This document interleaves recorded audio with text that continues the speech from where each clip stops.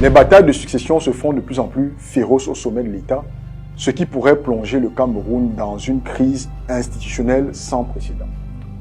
La décision économique est à l'arrêt dans plusieurs secteurs d'activité du fait du désengagement de certains gestionnaires de la chose publique. Le pays court derrière un endettement incontrôlé qui met en péril l'avenir des jeunes générations. Les conflits reprennent du terrain dans la région anglophone et celle de l'extrême nord. Le destin de 30 millions d'âmes en est remis à des batailles de positionnement interne. Bien plus que l'absence prolongée du chef de l'État, c'est l'avenir du Cameroun tout entier qui se joue en ce moment. Le peuple camerounais doit en être pleinement conscient pour protéger et exercer sa souveraineté. Peuple camerounais.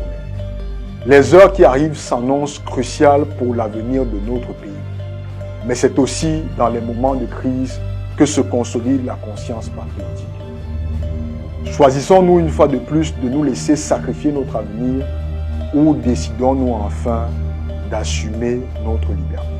Peuple de Douala Mangabel, de Martin Paul Samba, de Félix Roland Moumi, d'Ernest Ouandjé, du Mporol Ruben Oumiobe, est la foi à la grandeur du destin du Cameroun. Une nation qui doit s'élever pour conduire la renaissance de l'Afrique. Mais cette éclosion nationale ne dépend que de la manifestation de ce Hemley qui vibre en chacun d'entre nous.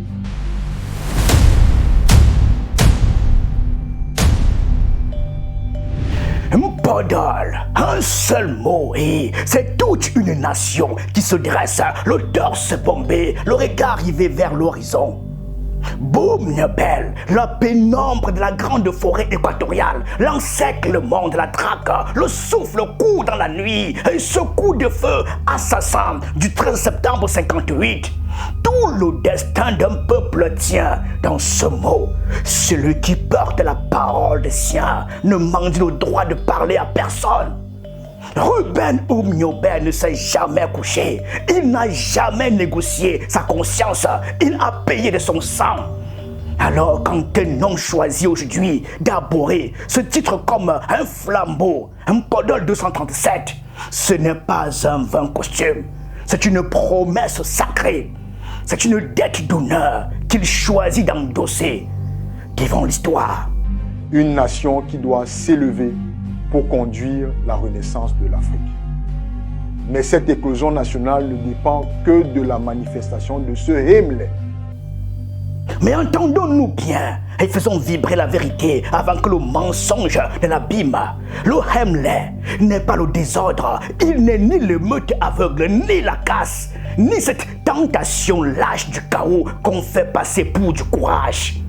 Confondre la haine avec le Hemley, c'est cracher sur la mémoire des ancêtres. Né dans les entrailles du pays Bassa, trempé dans l'ombre des maquis face au fouet allemand, puis sous les balles de la colonisation française, le Hemley est bien plus vaste et plus dur que la simple colère. C'est la fidélité absolue et inébranlable à la justice. C'est la force d'âme qui refuse de plier quand le vent hurle. La dignité farouche qui regarde la peur dans les yeux sans jamais baisser le regard et sans jamais tomber dans la barbarie. Le Hemley, c'est rester debout droit comme un baobab dans la discipline et l'honneur. Cette terre n'oublie rien. La même forêt sacrée qui a bu le sang chaud d'Oumiobe a soufflé quelques décennies plus tard. Cette même étincelle dans l'âme de nos guerriers du ballon rond. La hargne, le refus de la défaite, cette rage de vaincre qui fait rugir tout un continent. Nos lions indomptables n'ont rien inventé, ils ont hérité du feu. Mes frères et sœurs camerounais, chers patriotes, nous sommes le vendredi 7 août 2026.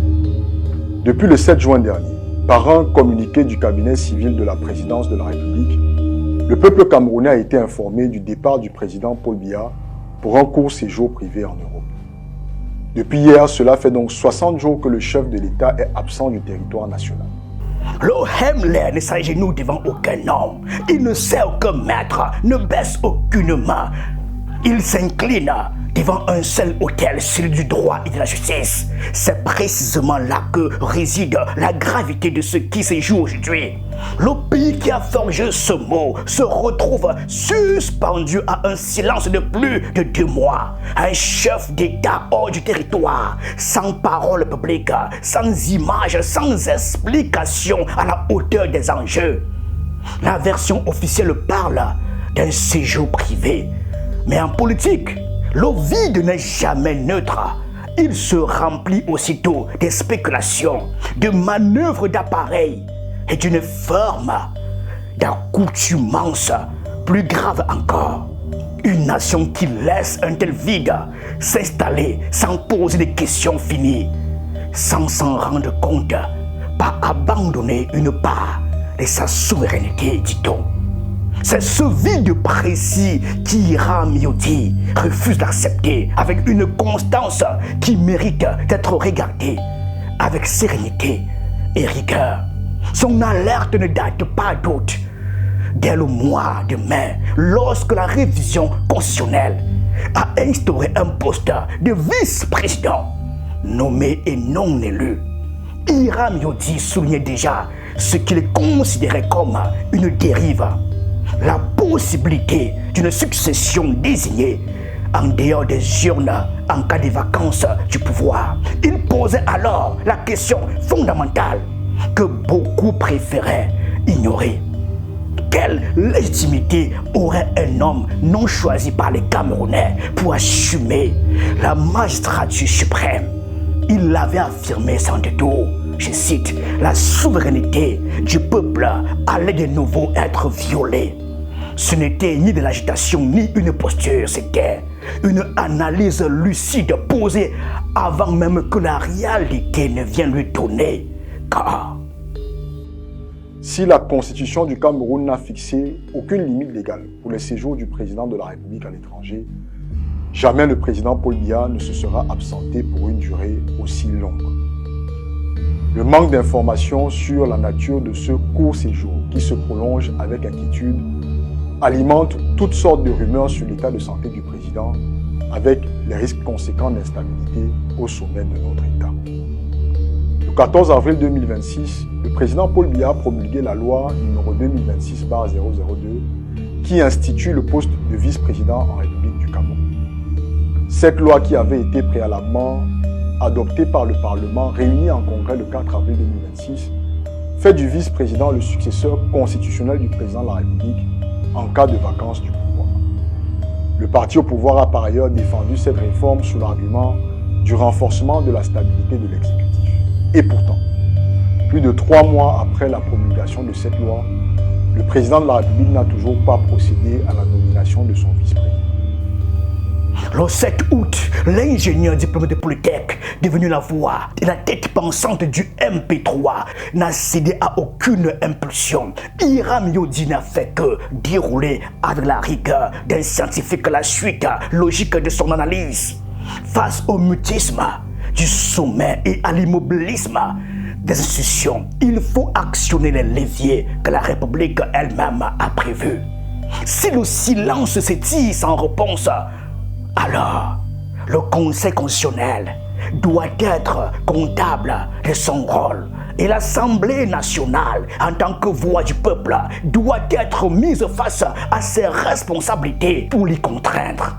Rien de plus, mais absolument rien de moins. Aucune étincelle jetée sur le carburant de la rue, mais une exigence ferme et républicaine adressée à ceux qui ont le devoir de faire vivre la règle commune. D'après la constitution de notre pays, le président de l'Assemblée nationale est fondé à saisir le Conseil constitutionnel à l'effet de constater la vacance de la présidence de la République pour cause d'empêchement définitif du chef de l'État. Au vu de l'urgence qui plane désormais sur la stabilité et la continuité de l'État, le mouvement patriotique pour la prospérité du peuple, le MP3, a saisi par ma voix, hier, le jeudi 6 août 2026, le président de l'Assemblée nationale en sa qualité de chef de file des représentants du peuple camerounais. Nous l'avons appelé à examiner les conditions d'une convocation, d'une session extraordinaire de l'Assemblée nationale qui devra statuer sur les points d'urgence suivants. Tout d'abord, légiférer sur un délai constitutionnel de séjour du président de la République à l'extérieur du territoire national. Ensuite, constater les risques majeurs qui pèsent sur la stabilité et le devenir de la nation camerounaise du fait de l'absence prolongée du chef de l'État.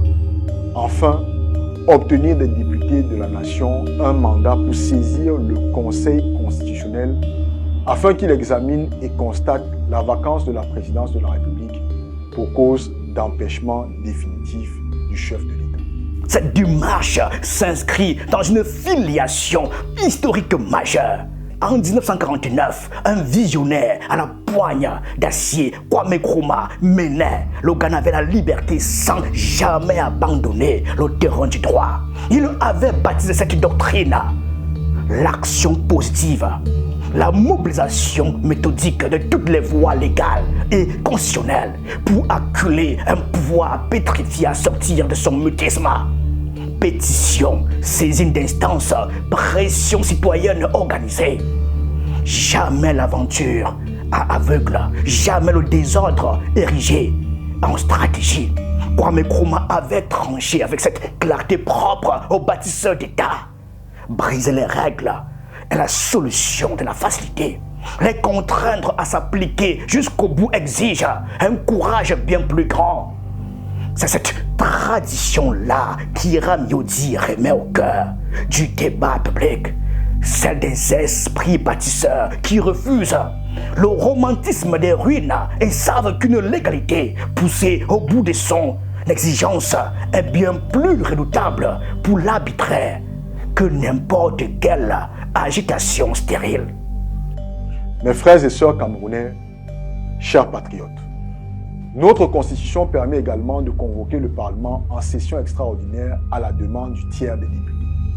Ces députés qui sont nos représentants ont pour mission première de sauvegarder nos intérêts. Je nous appelle donc, citoyens du nord au sud et de l'est à l'ouest, dans tous nos 58 départements, à interpeller les députés de la nation afin qu'ils prennent la pleine mesure de leurs responsabilités face au risque de déstabilisation du pays que nous couvrons. Chers honorables parlementaires, souvenez-vous de votre serment de loyauté envers le peuple camerounais. En cette fin de votre mandature, le plus noble et salvateur des actes que vous pourriez poser est de sécuriser l'avenir de nos enfants en remettant le pouvoir de décider entre les mains du peuple souverain. Dès lors, l'exigence revient entière et sans échappatoire sur les épaules de nos parlementaires. Un député siège au palais de verre de Ngouekele par la volonté sacrée du peuple, non pour se réfugier derrière le confort des silences polis. Si le Conseil constitutionnel a été taillé dans le marbre de la loi pour abriter, dit-on, ces moments de doute, refuser d'activer ces leviers n'a rien à voir avec de la réserve. C'est un renoncement déguisé en sagesse. Lorsqu'un peuple voit ses représentants détourner le regard face à un enjeu aussi crucial et capital que la continuité et le sommet de la nation, il réapprend malgré lui à brader sa propre exigence citoyenne.